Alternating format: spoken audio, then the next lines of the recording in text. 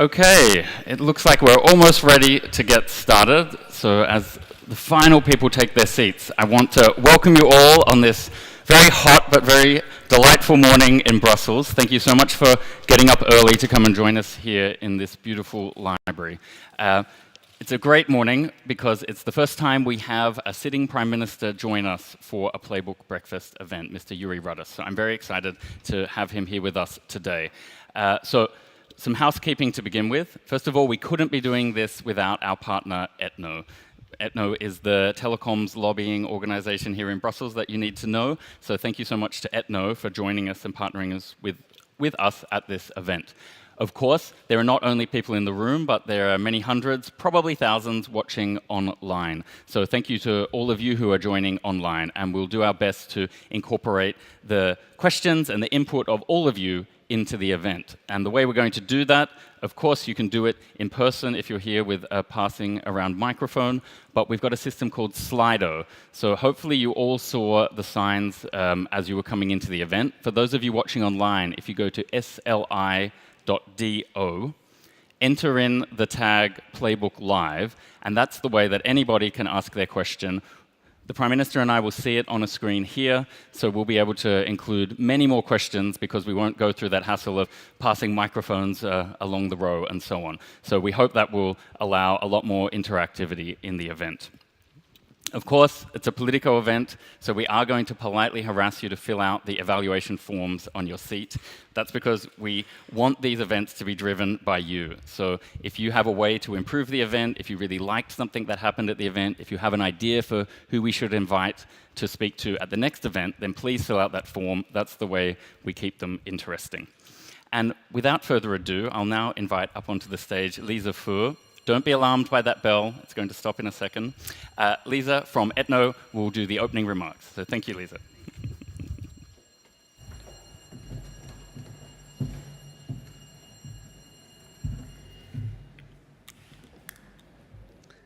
Dear Prime Minister Jüri Ratas, dear Ryan, dear guests, it's my pleasure and it's an honor to introduce this interview.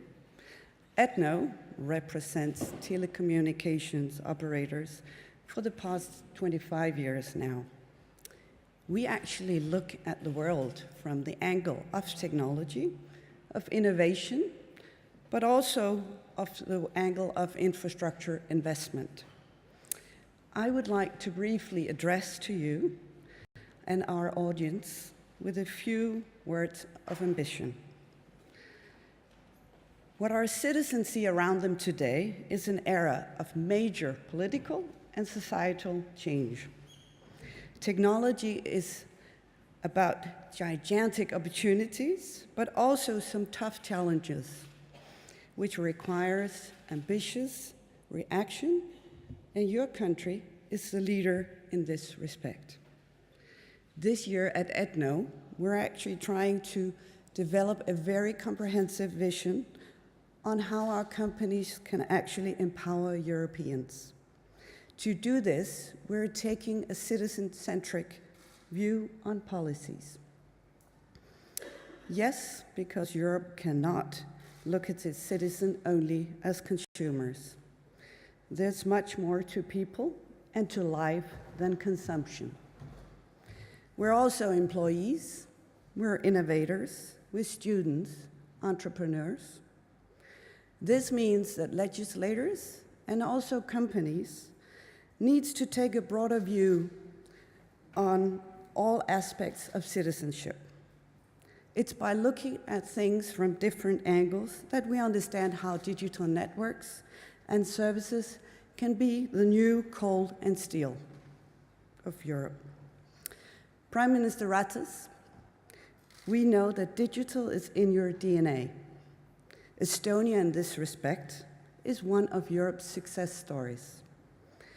We see your presidency as an opportunity to push the whole European Union, and not only some countries, to embrace the same level of digital ambition.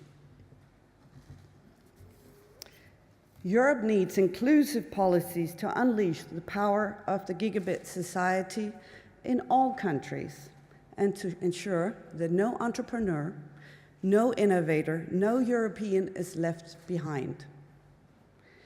We need an ambitious political drive to reconcile detailed regulatory decisions to the bigger picture of Europe.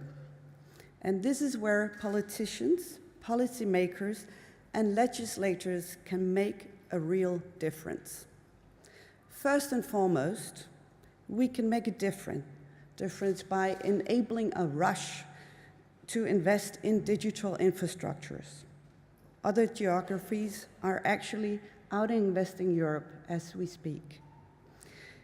The recent European Commission proposals on telecoms reform, gathered in the Electronic Communication Code, are actually meant to address this shortcoming. Unfortunately, as we see it, the current legislative debate between the Parliament and some countries and member states seems to be watering down most of the proposals and the initial intentions. For example, on crucial fields as regulatory simplification or spectrum for mobile broadband. These are small technological regulatory details, some might say, but they actually have a huge impact on infrastructure investment and on the competitiveness of this continent. Prime Minister, we can also make a difference by taking decisive actions on expanding consumer choice and innovation in Europe. Today, European companies, such as telecom operators, are still subject to a series of very heavy burdens in the fields of digital service regulation or privacy. These burdens don't apply to internet companies delivering similar services. Well, Europe can do two things. Either burdens internet companies by extending heavy regulation also to them, or you can unleash the hand of all companies and ensure that all can innovate. I for sure know that the telecom operators and many others in the digital industry clearly stand on the side of innovation. Prime Minister Ratas, your country takes up the presidency at an exciting time for tech and telecoms rulemaking. Your government pulled together an impressive Brussels team made of digital talents. Under Minister Palos' lead, they will play a crucial role in advancing legislation, which in turn will have a potentially huge impact on investment and, even more important, on innovation. The code is mentioned, but also e-privacy, copyright, and other massively important reforms. Estonia is a digital leader both at the government level and at the industry level. Tallinn is going to be one of the first cities in the world to be empowered by 5G connectivity, as our member Telia expect to launch already in 2018. This is why I would like to stress you are a digitally ambitious country, and we ask you to bring this ambition back to the Brussels scene. We need to reconnect the small regulatory things with a bigger political and societal vision, creating jobs, boosting economic growth, addressing global challenges such as climate change and aging population. Digitalization can deliver a great part of the solution to all of that, but infrastructure investment and innovation are going to be the tools to get there. Thank you. Thank you, Lisa. I'd now invite onto the stage Prime Minister Ratas, and we will get underway with the interview very quickly. Thank you. Thank you. Thank you so much, Lisa. What I love about Etno is they're never afraid to say what they really think. So, Prime Minister, it's a pleasure to have you here. The same. So I was saying to you when we were just getting ready in the room that the President of Lithuania, likes to get all of the attention as she goes into the summit with her previews and her tips about what's going to happen. So if you're watching this morning, Dalia, Jüri and I are going to give you a run for your money. So let's get down to business. It's not just a summit day, it's a summit week, isn't it? Could you give us a recap of what went on last night when you met with the Prime Ministers from the Benelux, the Nordic, and also the Baltic countries? You all got together in The Hague, I understand. That's right. I think it was maybe the first time when all these prime ministers met, and I think yesterday, last night, The Hague, it was very useful meeting, because I think that all these countries from the Nordic side, also from the Baltic states and in Benelux, we have quite a lot common values in the European Union. I think maybe what is the most important, that we all that like that Europe is going forward. We must see that these positive things as well. I understand that today we have a lot of very hard topics on the table, but on the other hand, I made a small walk before our interview, and in this park, 3 kids, they played football. And I just, when I made this walk, I just thinking how important it is if we are making different decisions, or if we want to solve different problems, we always must to think what happened tomorrow. To the kids. That's right. Yeah. And so I'm trying to think of what really would bring those countries together, and in my mind it's your competitiveness agenda. You all seem to share the same competitiveness agenda, and that is sort of not brought into question, but it's challenged by Brexit. And then you've got the Russia question as well, because all of the northern countries are closer to the Russian border, so you've got an interest there to keep united and to share information on how you respond to that challenge. Yesterday we were, I think, more than 9 topics, different topics, including the neighborhood policy, including the Russia, including the Eastern Partnership policy, and Turkey. One of my personal wish before our presidency, which will happen next 9 days, I would like to make as much as possible this kind of bilateral meetings with my colleagues, not only to say them what are our priorities and what are our goals during Estonian presidency, but also to listen and to hear what they are wishes, what their expectations are. And of course, a lot of them are asking about Russia. That's right, Estonia and Russian Federation, we are the neighbors, but European Union and Russia, they are also the neighbors, and NATO and Russia are also the neighbors. I think that all these 3 Baltic states, we understand very well what could happen. I could say that all these 3 Baltic states, we are strong countries, but at the same time it's very important that we are a very active ally inside the NATO and also the member in the European Union. Mm-hmm. Yep, well, it's the listening point. Listening was the word that really struck me in your answer there, because I see it with Michel Barnier as well, and the fact that he's doing these very elaborate tours of all of the national capitals. And I wonder if, in a sense, that's a response to things like Brexit, to obviously what we've seen with Russia or Trump as well, that if leaders don't get out and listen more, then you end up in unexpected places, or you almost sort of jump off a cliff you didn't mean to jump off if you don't do that listening first. Do you get any sense of that being the mood, or that being how people are trying to react to these events in recent months? I think that we couldn't do like that the next 6 months or next 2 years. We have only, how to say, one main or priority topic, and the name is Brexit. Of course, I understand that it is a very important issue, but I think it's very clear and very smart that it isn't so that the presidency country is also the main negotiator about the Brexit. I think that is very smart that Commission side, they are the main negotiator about the Brexit. I think it is today very, very important that we could see that all these 27 countries, they are very strongly together. We are acting together. I think also that all the European institutions, we act as a team. And of course, I said also to Mr. Barnier that Estonia will support him. We are very close to him. We will help him.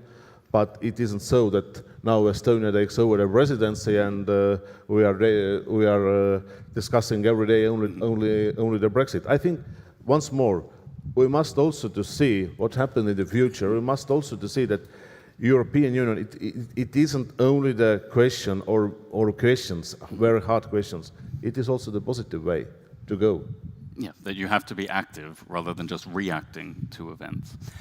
Tell us, how do you think it will work in the room today at the summit? Theresa May is going to give a statement, but I understand there won't really be an opportunity for all 27 countries to respond. Do you think that's the right way forward? Should she be coming and making this big, generous offer to citizens at the summit, or should she be leaving it to the negotiators? I think that I remember about 3 or 4 months ago, then there was this kind of opinion that we must take one council meeting to discuss the Brexit and to ask the question and so on. Today we understand that it will be one speech or by the Theresa May, and after that we don't negotiate or asking different questions.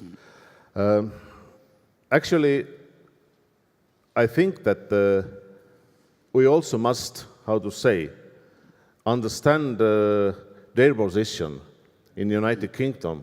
But I think what is the most important thing, that we haven't 27 different views or different ways to go. We have one way to go. And it's very clear that the first step will be the rights for our citizens, the rights for our businesses. And after that, we could discuss also about the future topics. I hope it will take place in the end of this year or in the beginning of next year. Water too. Yes, let's do water. Good idea. Thank you, Prime Minister. So there's a new arrival at the summit today, Mr. Macron from France. Have you got any memories from your own first summit, or any pro tips now that you've been to a few, of any special coffee machines or big bathrooms that he should make use of while he's there? I think that all the leaders and all the colleagues, we are waiting, of course, the new president from France. And I would like to say that my personal emotion was and still is very strong after the Rome Declaration, when all these 27, we said that Europe must be much more united, much more stronger, much more safer, and we don't want to see any exit. And if we take this one positive thing about the Brexit, then I hope that it is the lesson for the rest of the countries, that united European Union is 10 or 100 times better than divided. Also, our motto is, during our presidency, is unity through balance. Of course, we must find a balance, different issues, north and south and east and west. I met the President Macron first time when we opened the headquarters, the NATO's headquarters here in Brussels, and also I had a bilateral meeting with him last week on Friday. I think that the people from France, I think they gave about, when they are voting the next president, very strong message. And it was that European Union must be together. Mm-hmm. And I also said to President Macron that I'm very appreciate that he said during his campaign that Europe first. Yeah. And I think maybe that will come with a price. I mean, very clearly, he was unafraid to put that at the top of his campaign. But the more noises we hear from France, it's that, yes, we're going to put all of our effort behind more European integration, but it will have to be a certain type of European integration. And so he'll come with some of these messages on trade, defense, and things like that. And he seems a very pragmatic person, willing to cut deals. Are you willing to cut deals with him so that there is a merging of those priorities? For example, what you said about the trade, I could add one topic more. Of course, the social pillar, of course, the posting of workers. I understand that is the quite difficult questions, what we have on the table. But I think we must find the solution also these very hard topics, also the migration. We couldn't say that, let's see what happened, I don't know, 2018 or 2019. And what I mentioned before, what is our motto to find a balance? I think we need to find this consensus inside the European Union to go forward. It isn't possible that one country or some countries, they said that here is the red line, we don't want to go forward. Excuse me, but the solidarity is one of the most important cornerstone. Well, in that sense, you're a bridge really between some of those Central and Eastern countries that really, I mean, I think the Commission's recent legal moves have shown, or what we've already known, that they weren't really following the agreement from the previous Council decisions. But I think it's also fair to say that some of the Western countries weren't really listening to the points that they were trying to make at different points in the discussion. So you see yourself as a bit of a bridge, someone who can understand the Central and Eastern countries, but someone who's going to still push the fact that there needs to be solidarity. I think here is the question, what could be alternative? If we don't build the bridge or bridges, then alternative is that let's go to be different rooms. But then the answer is that we don't need anymore the European Union. I think it isn't very smart. Of course, we need the European Union. And I think from our side, on behalf of Estonian state or people, it's quite simple and quite good to say it, that Europe is positive, that also it's very big majority from our society who said it is right decision what Estonia made 13 years ago. And the decision was that we would like to be in the middle of Europe, the member of European Union, the member of NATO. Today we are the member of European Union, and 77% of our population in Estonia, they said that it's plus, it's positive. Very good. Now, I'm going to sound like I'm obsessed with summits, but the last time all the leaders got together was at this NATO summit last month that you mentioned. And obviously security and defense is one of the priorities of your presidency as well, including cybersecurity. And I know people are a bit obsessed about President Trump. So you've been in the room with him. Can you tell us a bit what it was like at dinner with President Trump? How is he as someone to actually interact with? There weren't this kind of, quite a lot, this kind of bilateral meetings. But if we were walked through the new headquarters, of course, there was possibility to say some words or to make this kind of small talk or small discussion. I also made it with him. And I said that Estonia is active member in NATO. The NATO is, for us, very important thing.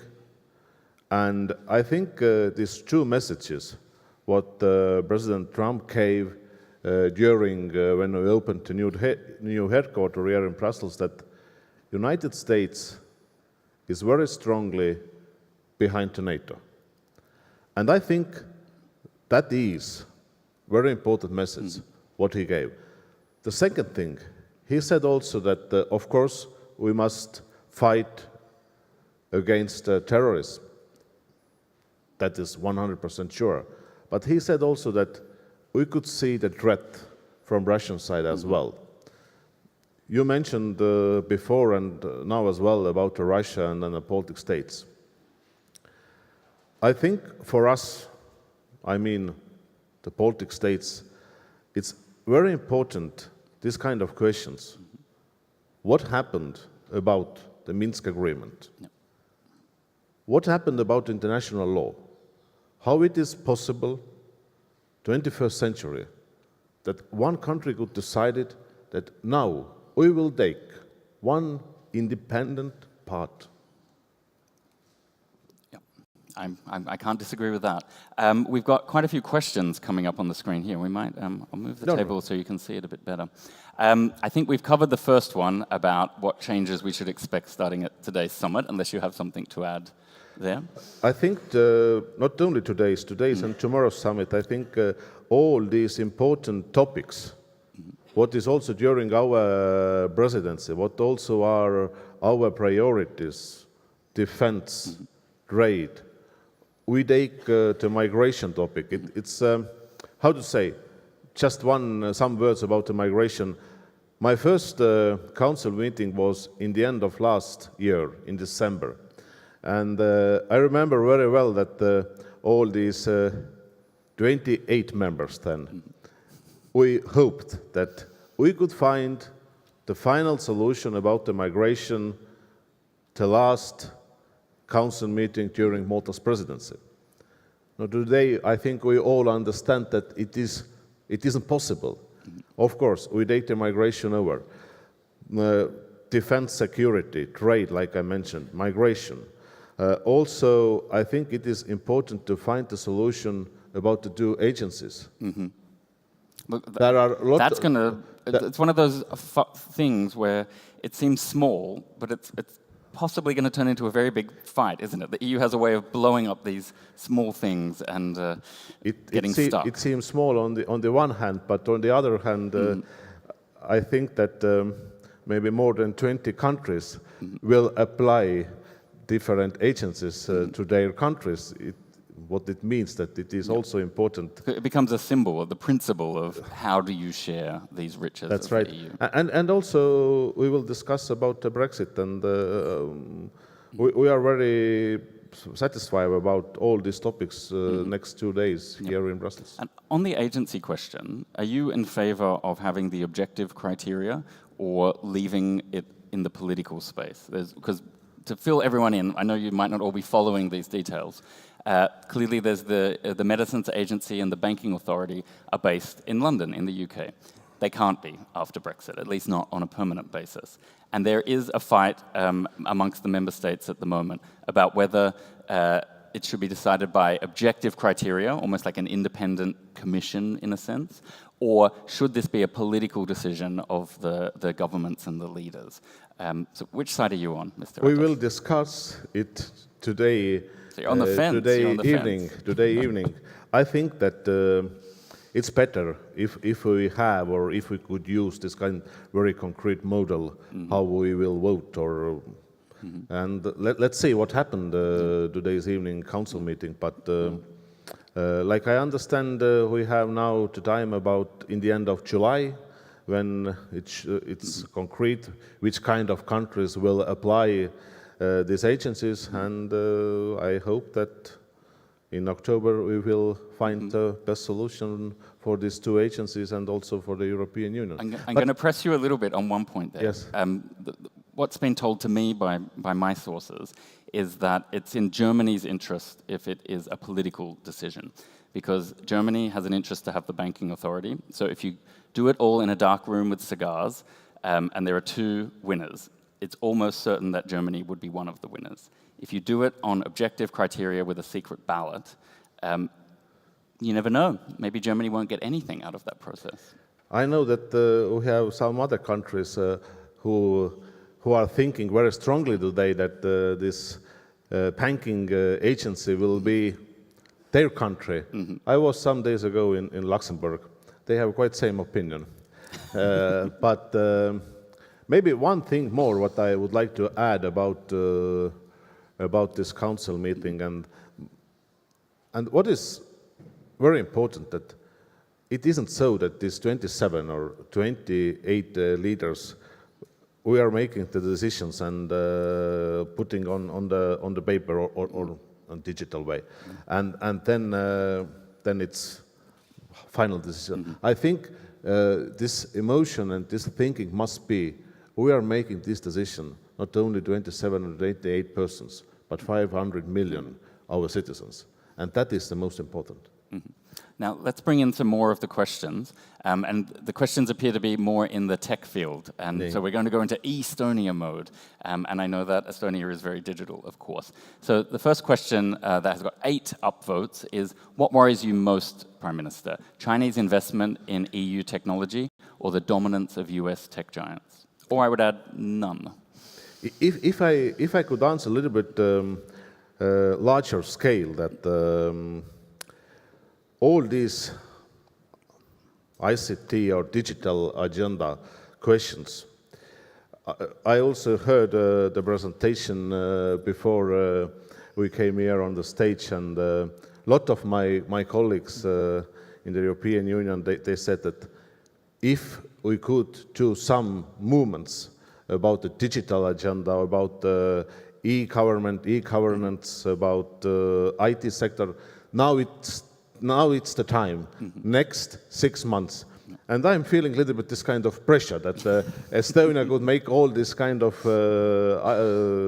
infotechnological things next 6 months. Of course, we are ready. We take it very, very seriously. I could say maybe, if we could say so, that Estonia also put our priorities on the table. Of course, we have our priorities.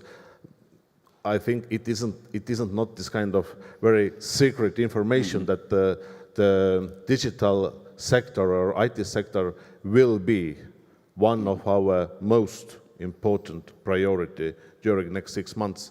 And if I may to say what you mentioned during your speech, it is very important that it isn't a question only for Estonia.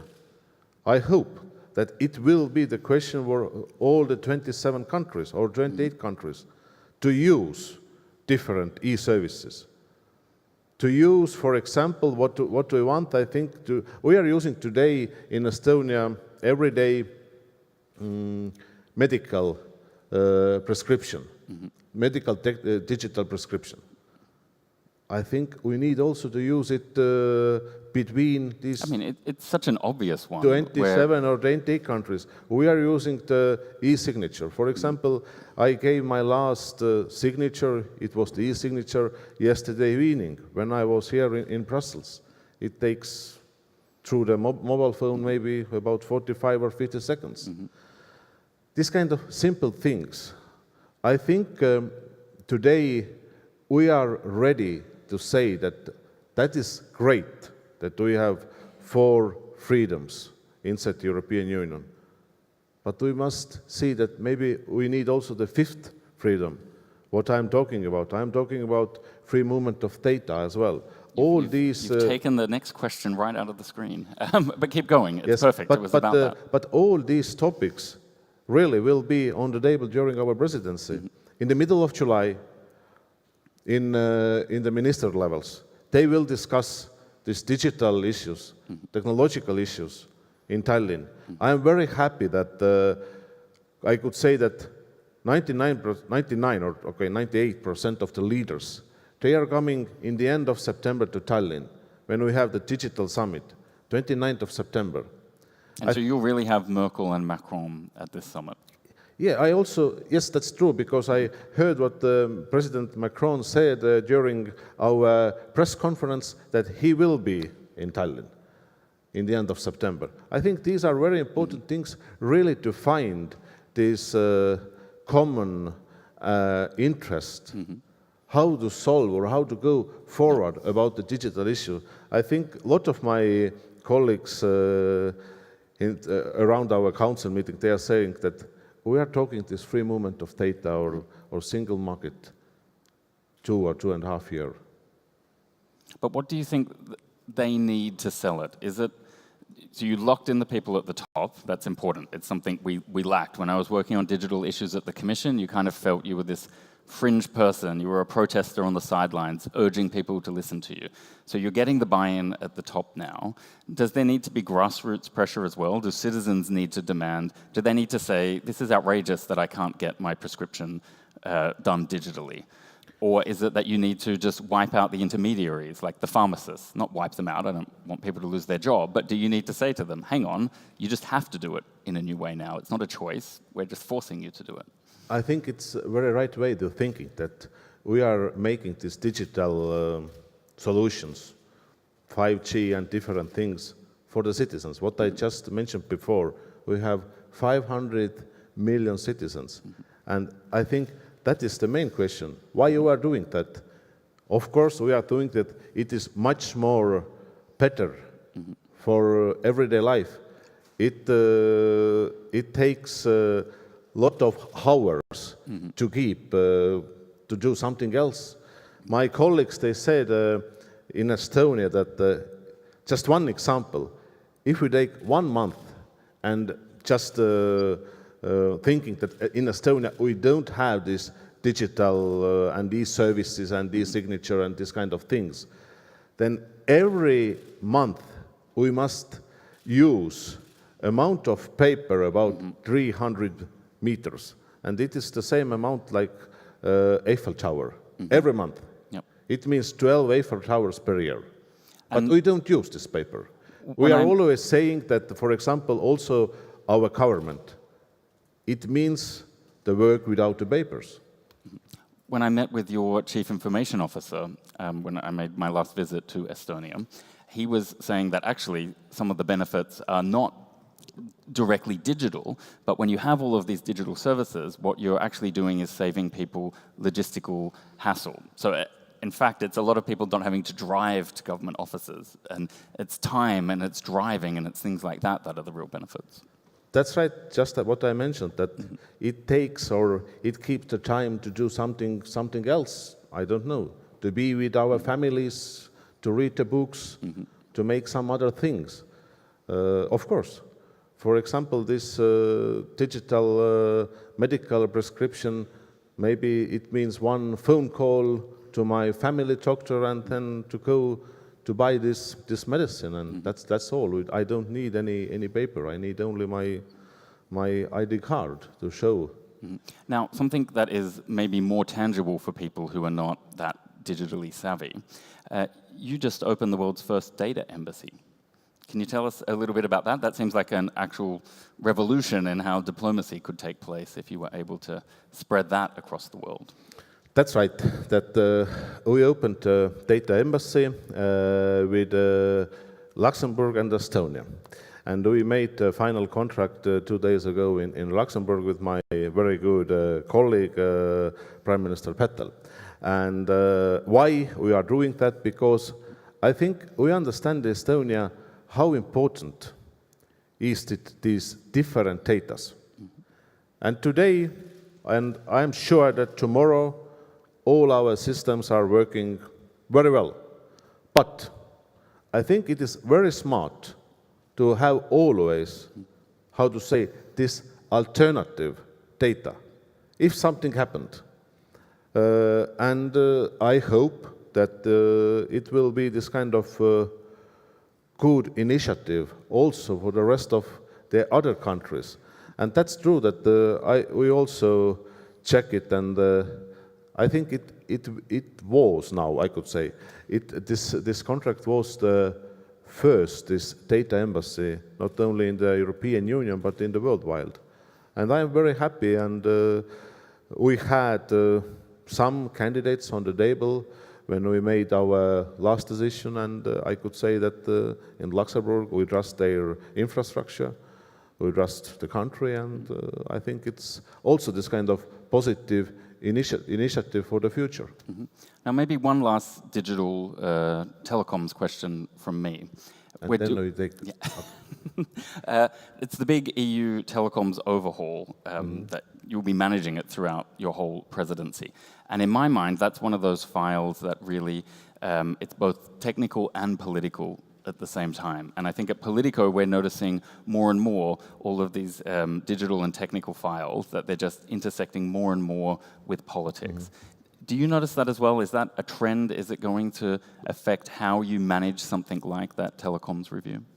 I think that this question and this issue is upcoming issue. I think today it's right time to say different opinions and arguments and points. Like I mentioned before, that in the middle of July will be all these telecom ministers level in Tallinn. I think 17 or 18 of July. And I hope I really hope that in this autumn we could take the final decision, and I think it is important to show all the positive and negative aspects today. That's the right time. Great. We're going to bring in some more of these questions on the screen. Christine Sullivan has a migration question, and she asks, what are the priorities of the presidency in legal migration to attract skilled workers? So, for example, revising that blue card system. Yeah. I could say that this is this one concrete topic or issue when I said that we must find a balance. And we couldn't say this kind of, that will be our red line from some countries. When I made this, today I could say more than 20 bilateral meetings with my colleagues, I have also my personal emotion or personal understanding about the migration. Not my personal understanding, but what these other countries, what they are thinking, how we could find the solution about the migration. First of all, very hard topic for the European Union. The second thing, of course, we take it over the Malta's presidency. What is important here, if we're talking about migration, I think we couldn't solve or we couldn't find the final solution if we are saying that we have some countries here who is ready to say that we must invest more our external borders. Then here is some other group of countries who are saying that we are ready to invest more to cooperation with African states or countries. And there is also some group who are saying that we are ready to say that solidarity is a very important thing. And maybe one group of countries has more who are saying that we don't need any solidarity. Well, don't you need all of it? I mean, well, maybe not the last option, but yes, the first three, you need a mix. I couldn't imagine that we could solve the migration issue without these, for example, these three things: to protect, to invest more to our external borders, to have good cooperation with African states, and of course, the solidarity. I think what is important, if we are talking also the refugees, in my country, in Estonia, we are making the interviews. Our persons, our police persons, they are making the interviews different countries. For example, in Greece.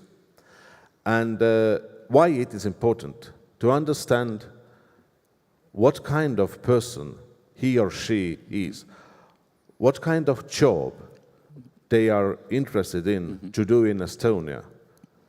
What are their other wishes? For example, to have the school place, the kindergarten place. I could say what is positive in Estonia, that very high percentage of the refugees who came to Estonia, they stay. They are studying our language, a little bit our history. They have possibility to go to the schools, the kindergartens, to find the jobs. We have very strong cooperation also with our local authorities. Now, one thing more. Of course, it is also important that we have the contract between the EU and Turkey. I understand all these questions about Turkey, and also when I met Chancellor Merkel last week, that then also I understand about very hard question about the troops who are today in Turkey. But if we're talking the refugees question, then it is important to have this cooperation between the Turkey and European Union. Because it helps you of course, manage the numbers and let you invest in that early research on that. And the main question is today the Central Mediterranean Sea. We must find the better solution, and like I said, we couldn't find the final solution if we are standing different rooms or saying that now here is the wall and we don't want to make any bridges. We need these bridges. Really, we need these bridges. Could you have more of a positive agenda? I'm thinking, for example, the idea of a startup visa. You know, like we talk about a blue card, but I'm not sure. I mean, I'm an immigrant to the EU, and I've I've never been given a blue card. No one ever really presented me that option. So it's not something that I kind of have close to my heart or something that I dream of getting. And I don't know anyone who dreams of getting an EU blue card. But if you had something like a startup visa that applied across all countries, I mean, I imagine that's something you could sell or promote as a European project and value. I think we need all these alternatives to find the best, if I could say, the best solution in this topic. And we couldn't say that one or the other alternatives is out of the table. Then I think we are, how to say, we are not connecting or we are not defining the final solution. Then we are, like I said, in the different corners and don't want to make this or to find a consensus. Now, we've got a question, might be a little bit left field, but it's got many votes, so we'll ask it anyway. How are you planning to deal concretely with alcohol-related harm as one of your health priorities? Alcohol-related harm.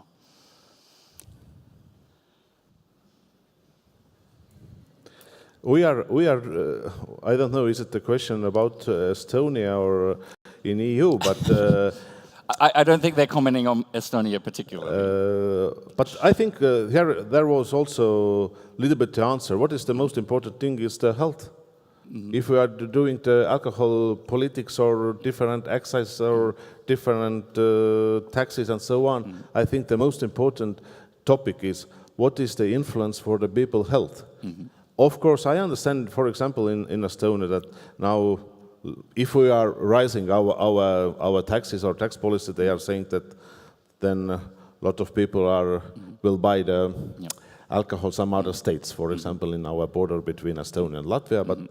But I think it isn't the most important. But you're not against that idea in principle, that you could use taxation to influence how people behave? Yeah, I think that it is the question for all the states. It's their personal question, what they are doing about taxes and alcohol politics. So you'll keep away from that as the presidency and leave it to the I think it's very important that a lot of topics, it is so that the president country couldn't say that is the black or that is the white.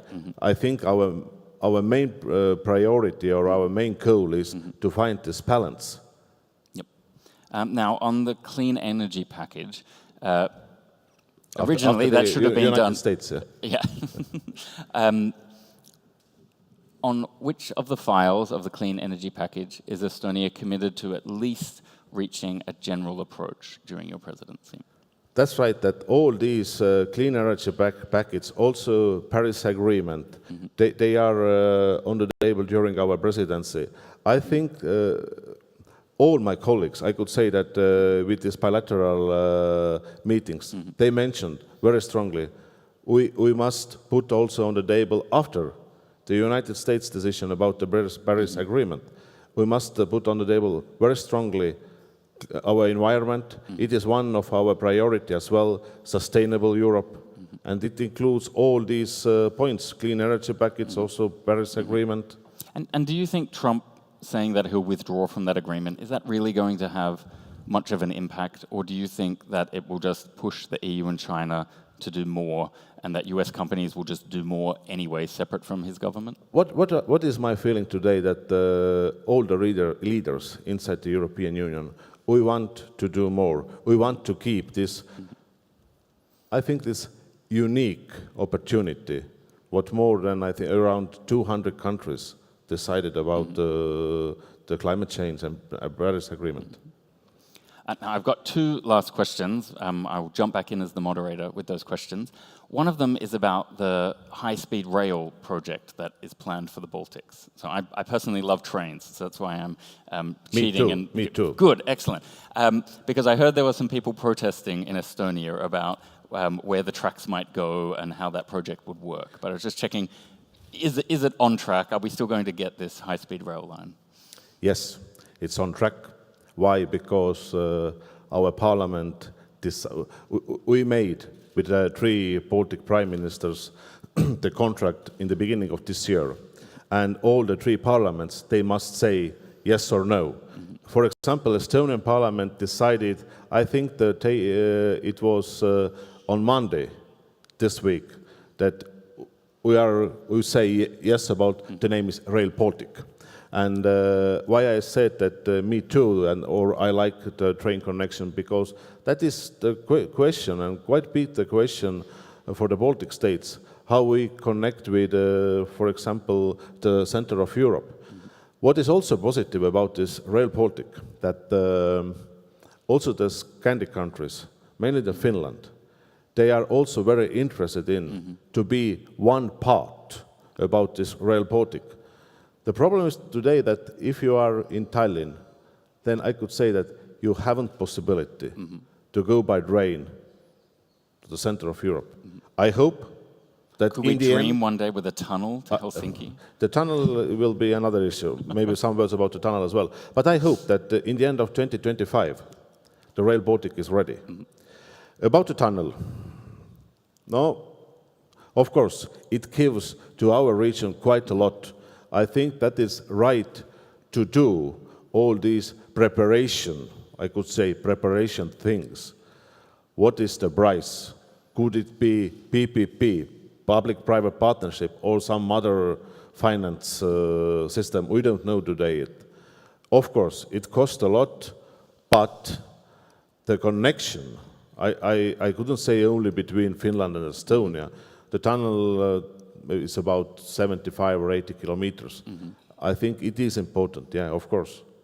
Well, but I don't know when we will see the tunnel. Well, I personally have my fingers crossed for it. One last quick question. Estonia is a small country, not always known to everybody. What's one thing that you wish people in Brussels and across Europe knew about Estonia?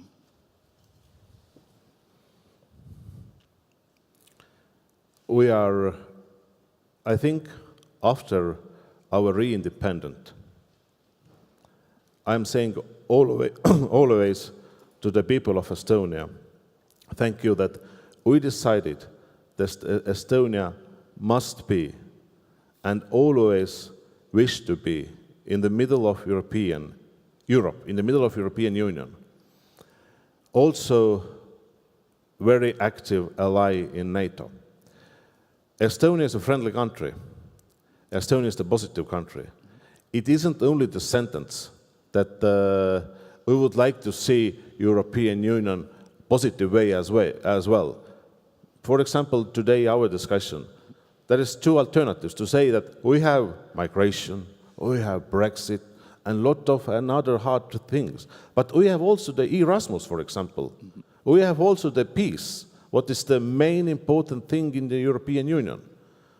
And it is now the end of the interview? Yes. Because I want to say one sentence more. Of course, please.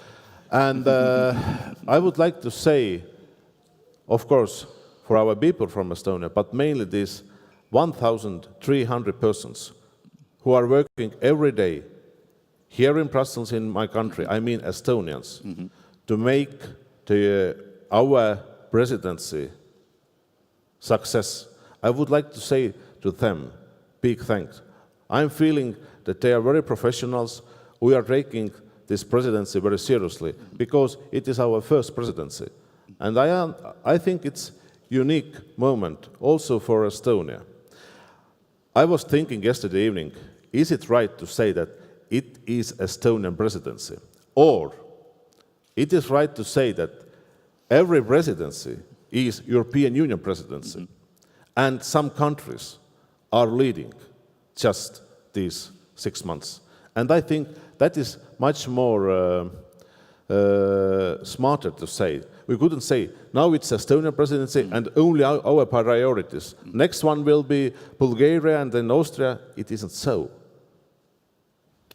Well, Mr. Prime Minister, we wish you good luck today and through the presidency, and thank you on behalf of everyone here.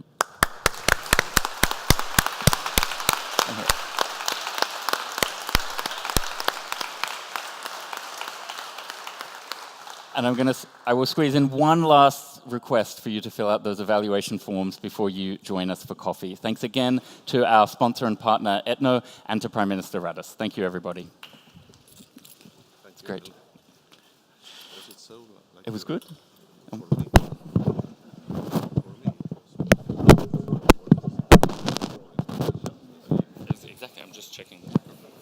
No, it's perfect because we got through somewhat related things. We got to talk about the tough things, but you got to present the priorities.